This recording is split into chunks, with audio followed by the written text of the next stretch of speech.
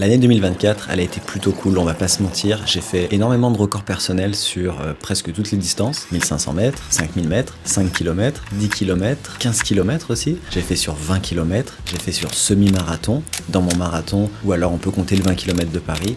Et j'ai fait un record sur marathon. Alors 2024, pluie de RP, ça va pas être facile en 2025 d'en faire autant, mais c'est quand même le but et je vais vous parler de ça dans la vidéo, comment je vais m'y prendre, comment je vais planifier mes saisons, quelles sont les courses qui arrivent, là il y a des courses qui arrivent dans les prochains mois, fait que je vais vous parler de tout ça. Je vais aussi vous parler de la création de contenu, ce qu'on prévoit de faire sur YouTube, au niveau du coaching aussi, il y a plein de nouvelles qui s'en viennent, fait que bref, j'ai envie de vous parler un petit peu de tous les projets de 2025, on va commencer par la course à pied parce que c'est ce qui vous intéresse le plus, et pour ceux que ça intéresse, je vais vous parler un petit peu plus du podcast, de YouTube, de tout ça en fin de vidéo. En vrai, mis à part le marathon et le semi-marathon, je suis pas spécialement fier de mes autres records personnels sur les autres distances. On va dire en tout cas que j'en suis pas totalement satisfait parce que je pense que je peux faire beaucoup mieux. On va parler de mes objectifs de chrono sur 2025. Déjà, sur 1500 mètres, j'aimerais vraiment faire le sub 3,50. Alors c'est quand même une allure de 2,33 par kilomètre, c'est pas rien. Je pense que j'en suis capable. Je serai jamais un mec qui va courir 3,30 au 1500, sub 3,40 très peu probable. À mon avis, si un jour je cours entre 3,45 et 3,50, ça me donnera largement assez de vitesse pour faire presque ce que je veux sur 10 km, semi et marathon. Sachant que mon record aujourd'hui c'est 3,55. Sur 3000 mètres, mon rêve c'est de faire sous les 8 minutes parce que je pense que c'est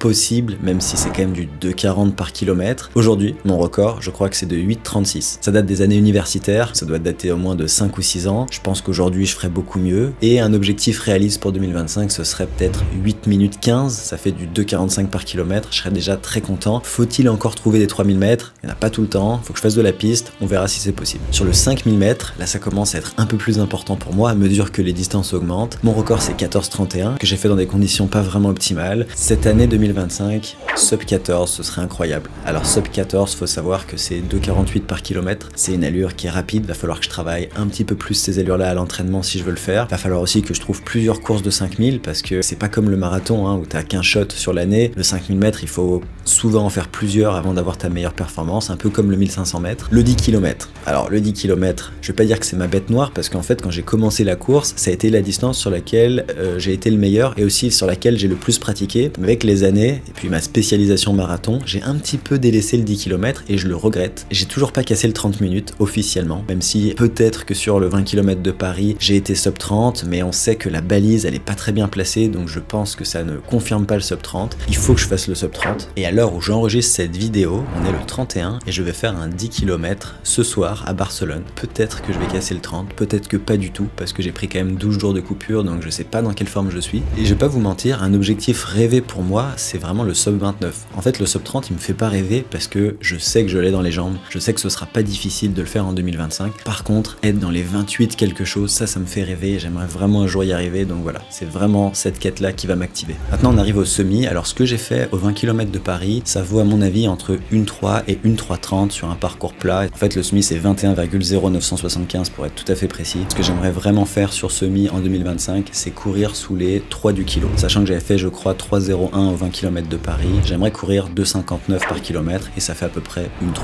Et sinon évidemment il y a le marathon. Alors le marathon en 2025 c'est un peu mon rêve, je sais pas si c'est réaliste ou pas mais j'aimerais courir sous les 2,10. Ça veut dire retrancher encore un 2 minutes 30 en un an, sachant que j'avais retranché à peu près 3 minutes sur mon dernier chrono. C'est ce qui m'active, c'est pas grave si je le fais pas mais c'est là-dessus que j'aimerais travailler. Alors maintenant j'aimerais vous parler un petit peu de la façon dont je vais diviser mon année. Si vous avez vu ma vidéo sur mon récap de marathon, je vous ai montré un peu comment j'ai fait mon cycle vitesse, pourquoi j'ai fait un cycle vitesse, combien de temps ça a duré, le cycle 10 km et semi par la suite et après un cycle marathon. En 2025, on va s'inspirer de ce qui a marché mais on va pas exactement faire la même chose et je vais vous expliquer pourquoi. On va découper 2025 en 3 saisons. La première saison ça va être janvier, février et mars et on va faire un cycle mi-long, mi-court, vous l'appelez comme vous voulez mais en gros du 5 km, du 10 km et du semi-marathon. On aurait aimé faire du court, donc du 1500, du 3000, du 5000, mais c'était un peu compliqué au niveau de l'agenda. J'ai un peu moins de temps en début d'année, il fallait plus voyager pour faire des courses sur piste, il fallait faire des courses sur piste intérieures, j'ai pas forcément trouvé des compétitions qui m'arrangeaient, donc on s'est dit, on va faire du 5 et du 10, c'est pas mal, ça empêche pas de faire un cycle vitesse, et on finira par un semi pour un peu voir ce que tu peux faire. Alors au niveau de mes courses, je les ai déjà, parce que j'aime bien définir un calendrier en avance avec mon coach, et après on s'y tient. Ça veut pas dire qu'on peut pas en rajouter une de temps en temps, mais j'aime bien avoir un calendrier solide, ça me permet même mentalement de travailler sur des objectifs plus à long terme. Alors on va faire le 5 km de Monaco qui va être le 9 mars. Le 5 km de Monaco, c'est une course extrêmement rapide. Si je dis pas de bêtises, il y a eu le record d'Europe qui a été été battu par Jimmy, c'était en 2023. Donc là, le but, ça va être de faire mieux que mon record sur 5000 mètres, donc 14,31, et de courir sous les 14,30. On verra, ça fait longtemps que j'ai pas fait un 5 km rapide. En fait, je pense que j'ai jamais fait de course très relevée sur 5 km route, donc je sais pas comment je vais réagir, mais je pense que je serai meilleur sur route que sur piste, juste en fait parce que j'ai l'habitude. La semaine suivante, il y a le 10 km de Castellón, c'est en Espagne, c'est une course très rapide aussi, ça se gagne parfois dans les 27 minutes, et là ça va être le 16 mars, donc cette course de 10 km, ça va vraiment être ma revanche sur le sub 30. Là, je sais pas exactement combien je vais courir, c'est très difficile à dire. Est-ce que je vais faire 30,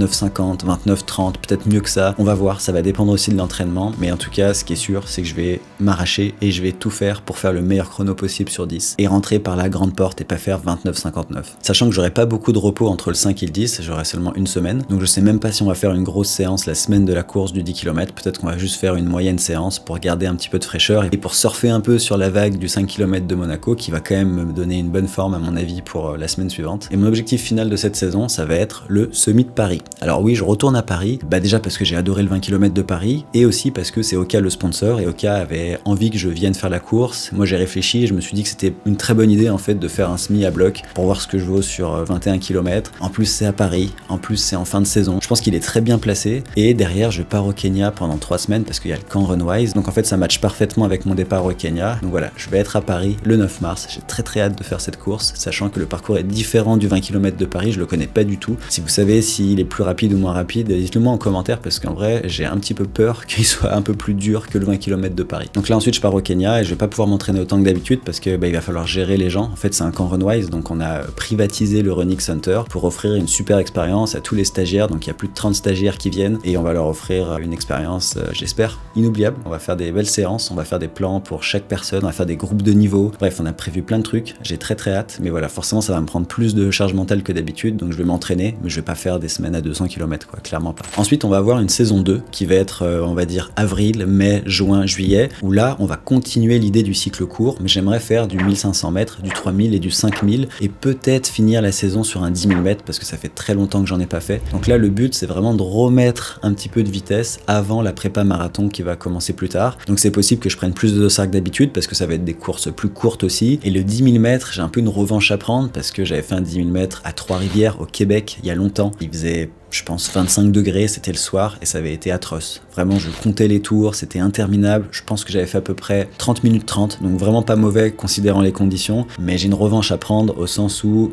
ça n'a jamais été une bonne expérience le 10 000 mètres et j'ai envie d'avoir une bonne expérience sur cette distance. Et ensuite, on va avoir la saison 3, août, septembre, octobre, novembre, décembre, qui va être une saison où on va transférer les qualités de vitesse sur du plus long, donc sur du 10, sur du semi et sur du marathon. Un peu comme 2024, je vais faire le 20 km de Paris, je vais faire aussi Valence, voilà, je vous l'annonce, je fais Valence 2025, le marathon, pour la 5e fois je pense, donc à mon avis personne ne sera surpris, c'est là-bas que je vais essayer d'aller chercher le 2-10, c'est une course que j'adore, enfin vous savez pourquoi, je vous en ai parlé 1000 fois. Le 20 km de Paris, je trouve que ça fonctionnait bien avant Valence parce que ça permet de savoir où on en est et de savoir les ajustements qu'il y a à faire en termes de un peu plus d'endurance, un peu plus de vitesse. Derrière, je vais sûrement partir au Kenya ou à Font-Romeu pour finir la préparation. Je sais pas si je ferai d'autres courses en août, septembre, octobre, mais je pense que c'est le bon moment de l'année pour faire un espèce de gros bloc de préparation générale après la vitesse, repartir sur des bases, etc., refaire plus de seuils, reprendre le volume, augmenter la longueur des sorties, faire ce genre de travail parce que j'aurais fait quand même beaucoup de vitesse toute l'année. Donc le but de cette année, c'est de reprendre en vitesse. Mais quand je dis vitesse, c'est pas faire des sprints, c'est pas faire des 400 mètres à toutes les séances. Quand je dis vitesse, ça veut dire vitesse sur des allures 3000, 5000, 10 km. Donc on va dire que pour un marathonien, la vitesse, c'est les distances qui sont un peu adjacentes, mais un peu inférieures du coup. Donc on va dire plus, comme je vous disais, 1500, 3000, 5000 et 10 km aussi évidemment. Il faut pas oublier que le 10 km, il est vraiment très connecté à la performance sur marathon, du moment que vous avez l'endurance spécifique marathon, ce qui est indispensable. Et voilà, vous savez tout sur mon année de course. J'ai pas encore pris mes dossards pour la saison 2 parce qu'on verra aussi comment se déroule la saison 1. Et voilà, je suis très excité de voir ce que je vais pouvoir faire parce que toutes les courses auxquelles je vais participer sont des courses élites avec des gros pelotons et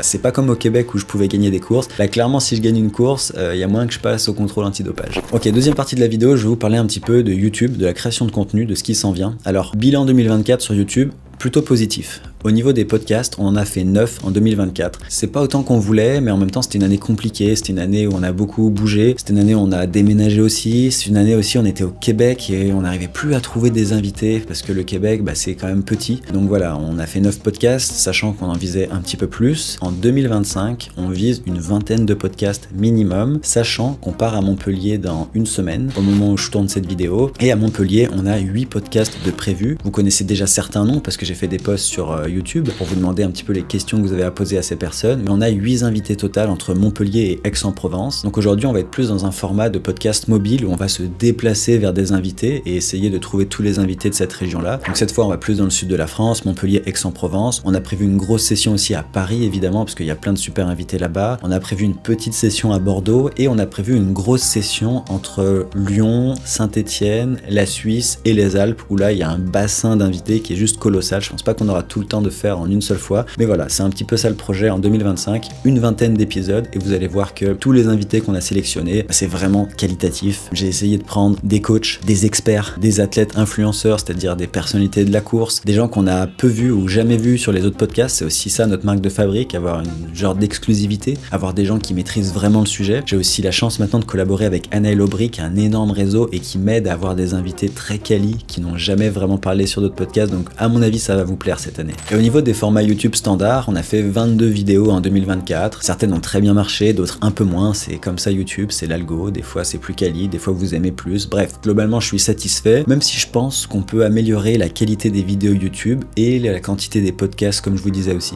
Et de manière générale sur YouTube, en 2025, j'ai envie de le faire plus à l'envie. Je vous en avais parlé un petit peu dans ma dernière vidéo. Depuis que je fais plus à l'envie au niveau des séances, au niveau des courses, au niveau de tout ça, depuis que ça vient de l'intérieur et pas de l'extérieur, en fait je sens que j'ai plus de flow, j'ai plus de motivation, j'ai plus d'énergie, bref tout est mieux. Et je me suis dit pourquoi pas appliquer le même principe mais sur YouTube en fait. Si t'as envie de faire cette vidéo sur ce sujet-là, fais-la parce que ça vient de l'intérieur, et souvent quand ça vient de l'intérieur, ça fait des choses qualitatives. Après, faut pas que j'oublie que les vidéos, elles sont faites pour être regardées par une audience, et j'ai aussi envie de mieux comprendre ce que vous avez envie de regarder, le type de contenu. Donc je vais être aussi très ouvert à vos besoins. C'est important pour moi de faire des vidéos qui sont utiles, dans lesquelles vous avez des conseils que vous pouvez appliquer directement dans votre entraînement. Donc je vais essayer de trouver un juste milieu, un bon dosage entre les deux en fait. J'ai aussi envie de refaire plus de formats traditionnels, vous savez, les formats que je faisais plus quand j'ai commencé YouTube il y a 3 ans, genre des analyses de plans, mais plus de coureurs amateurs. Les derniers formats d'analyse de plans, c'était vraiment sur des coureurs qui sont très pros, quoi, du genre Guillaume Ruel, Hassan Chadi, Anaïs Kemener. C'est des gens qui ont un niveau très élite, et autant c'est très impressionnant, on va jouer un petit peu sur la corde sensationnelle, mais c'est pas toujours réaliste, c'est pas toujours transposable à la réalité d'un coureur amateur, et je pense que c'est important d'avoir les deux formats. Donc je vais essayer de revenir un peu plus sur j'analyse le plan d'un coureur débutant amateur, pour un petit peu voir comment on peut l'améliorer, quels sont les problèmes, quelles sont les forces. Je pense que c'est important de revenir au basique aussi, parce qu'à la fin, c'est cool d'avoir des plans de gens de haut niveau, mais c'est tellement une réalité différente que je pense qu'il faut faire attention avec ça aussi. J'ai aussi envie de faire plus de vidéos sur les séances. Les vidéos sur les séances, c'est des vidéos que vous adorez, et c'est normal, c'est parce que c'est le cœur de l'entraînement, de faire le choix des séances, d'avoir des séances intéressantes, originales, spécifiques,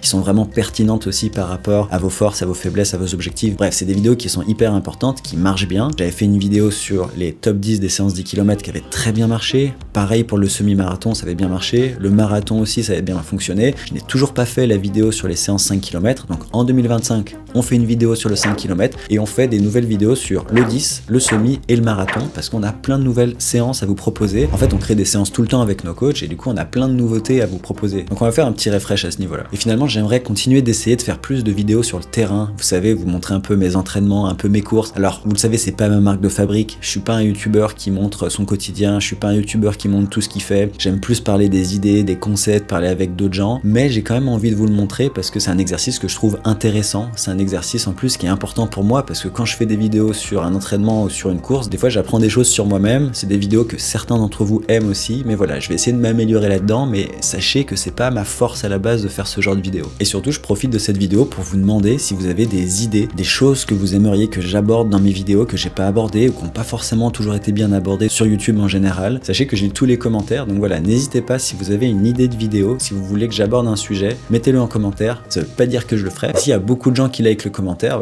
clairement je vais considérer la question. Et finalement, je voulais terminer cette vidéo en vous donnant quelques nouvelles sur le coaching. Alors vous le savez, le coaching c'est notre principale activité sur Runwise. Aujourd'hui, on est bientôt à 500 athlètes coachés, c'est incroyable. Je pensais pas qu'on atteindrait 500 athlètes coachés un jour et je pensais pas que ça irait si vite non plus. 2024 a été une grosse année, notamment parce qu'on a recruté certaines personnes qui nous ont aidés, parce qu'on a des coachs qui sont incroyables. Aujourd'hui, on a un processus de sélection des coachs qui est très rodé, ce qui fait qu'on arrive à sélectionner des grands talents, des gens très compétents, mais surtout des gens qui arrivent avec un profil unique. Aujourd'hui, ce qu'on cherche, c'est pas seulement des bons coachs, c'est des coachs qui ont quelque chose de spécial, je sais pas, qui viennent d'un milieu particulier, qui ont une approche un peu différente, bref, des coachs notables. Faut savoir qu'on va bientôt être à 25 coachs sur Runwise, donc ça continue d'arriver. Alors forcément, plus on recrute de coachs, plus ça devient difficile de recruter des bons coachs, mais j'ai bon espoir qu'en 2025, on va avoir plein de nouveaux coachs qui vont bien fitter avec Runwise. Au niveau du coaching, on a plein de projets cool. Alors évidemment, on veut continuer d'améliorer la qualité du coaching. Pour ça, on a plein d'idées. Alors ça passe forcément par de la formation de nos coachs. De plus en plus, on va faire intervenir des gens, des experts en fait pour former nos coachs. On se forme aussi entre nous. On a créé des petites sessions. Je vous donne un exemple. Après Valence, on s'est fait une réunion pour justement parler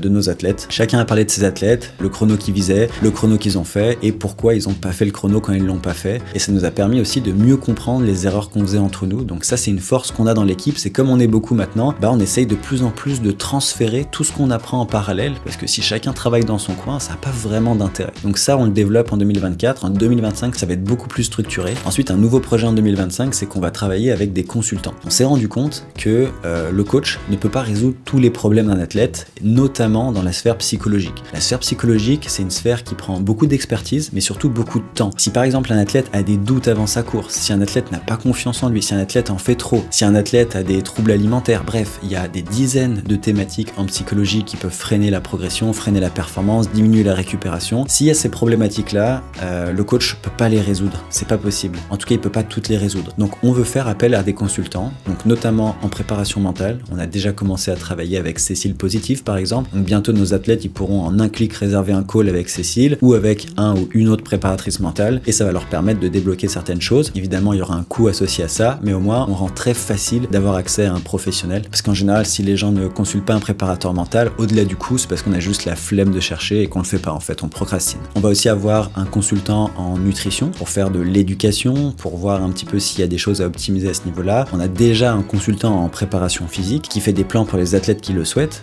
Évidemment, il y a un coût aussi associé à ça, mais au moins on rend les choses beaucoup plus accessibles, beaucoup plus faciles. Et on va avoir notre premier camp d'entraînement Runwise au Kenya. Ça va être une première et ça va aussi nous permettre de savoir si on veut continuer le projet, si ça nous plaît, si c'est quelque chose qui fonctionne, que les gens aiment. Donc voilà, ça va être une première expérience à ce niveau-là. Sinon, il y a un dernier truc sur lequel j'aimerais travailler en 2025, c'est un petit peu travailler sur notre réputation qui est très élite aujourd'hui. Je vous donne un exemple, il y a un athlète qui va nous appeler parce qu'il veut se faire coacher pour une préparation marathon et il va nous dire oui allô, je fais 3h15 au marathon, j'aimerais bien me faire coacher mais j'ai peur de pas avoir le niveau pour me faire coacher chez Runwise. Alors forcément moi quand j'entends ça, ça me frustre. Notre coaching il s'adresse pas du tout à des élites ni à des amateurs plus. En fait la majorité de nos coureurs sont des coureurs très amateurs et une grosse partie sont débutants. Moi par exemple, les gens ne le savent pas mais je coach des gens qui font 3h, 3h30, 4h, 4h30 au marathon. En fait la majorité de mes coureurs sont très amateurs et les élites sont une petite partie. Et la raison à ça c'est que les élites déjà sont beaucoup plus rares, ils prennent beaucoup plus de temps en fait à coacher, le plan prend plus de temps, tout prend plus de temps. Et si on a une réputation élite c'est tout simplement parce que déjà j'ai des chronos qui sont assez rapides, mais je pense que c'est aussi parce que j'ai des contenus qui sont très techniques, qui sont poussés, qui font souvent l'apologie du haut niveau et je pense qu'au bout d'un moment les gens se disent que c'est pour le haut niveau alors que pas du tout. Notre coaching il est vraiment pour tout le monde, du moment qu'on a le budget évidemment, mais surtout qu'on a envie de progresser et qu'on a envie de travailler avec un coach qui va nous apprendre plein de trucs, qui va transférer son savoir, qui va nous faire un plan, bref, il y a énormément d'avantages différents à faire du coaching. Voilà, le but en 2025 c'est de montrer qu'on s'adresse à tout le monde et vraiment de montrer que nous on fait progresser les débutants, les amateurs, le triathlon, le trail, etc.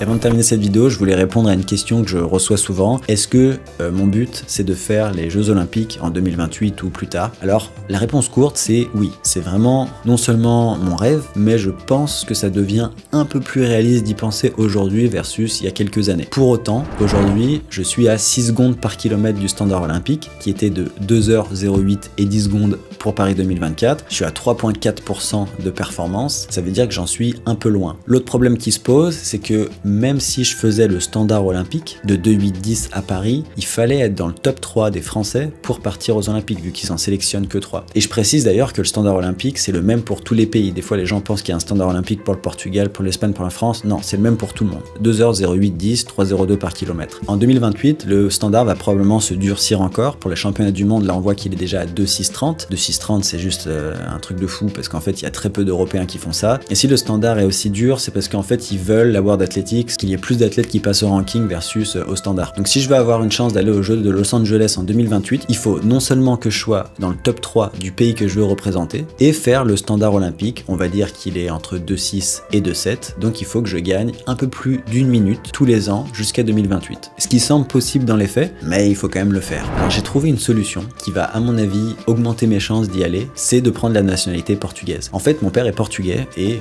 dans le droit portugais, si ton père ou ta mère est portugaise, tu peux demander la nationalité. Donc c'est ce que j'ai fait, je vais avoir ma nationalité en 2025, il suffit que j'aille à la mairie, en fait je l'ai toujours pas fait et que je paye 200 €. Et au Portugal, c'est beaucoup plus facile parce que je suis déjà dans le top 3 ou dans le top 4 des Portugais en fonction du classement qu'on regarde. Ça veut dire que si j'arrive à courir pour le Portugal, ça veut dire que la fédération portugaise doit accepter que je cours pour le Portugal, je connais pas encore les conditions, peut-être qu'il faut que je parle portugais, le problème c'est que je parle pas du tout portugais, donc peut-être qu'il va falloir que j'apprenne, mais si j'arrive à faire un 2h07 ou 2h08 en 2027 et que je suis dans le top 3 du Portugal, ce qui est très probable, j'aurai une chance d'aller aux Olympiques. Alors faut être réaliste, la chance elle est faible, moi je pense qu'elle est à 10, 15, 20% maximum, mais moi quand je vois ça, je me dis bah c'est possible et du coup ça me motive. Donc voilà, je vous ai expliqué un petit peu ma vision par rapport aux Olympiques, ça va être dur, mais c'est pour ça que ça va me motiver et on se donne rendez-vous en 2027 ou 2028 pour voir si j'en suis prêt ou pas. Voilà, c'est tout ce que j'avais à vous dire aujourd'hui, c'était pour les nouvelles, pour les objectifs 2025. Si vous avez des questions comme d'habitude, n'hésitez pas, j'y répondrai. On se voit très bientôt dans une prochaine vidéo. Ciao les machines.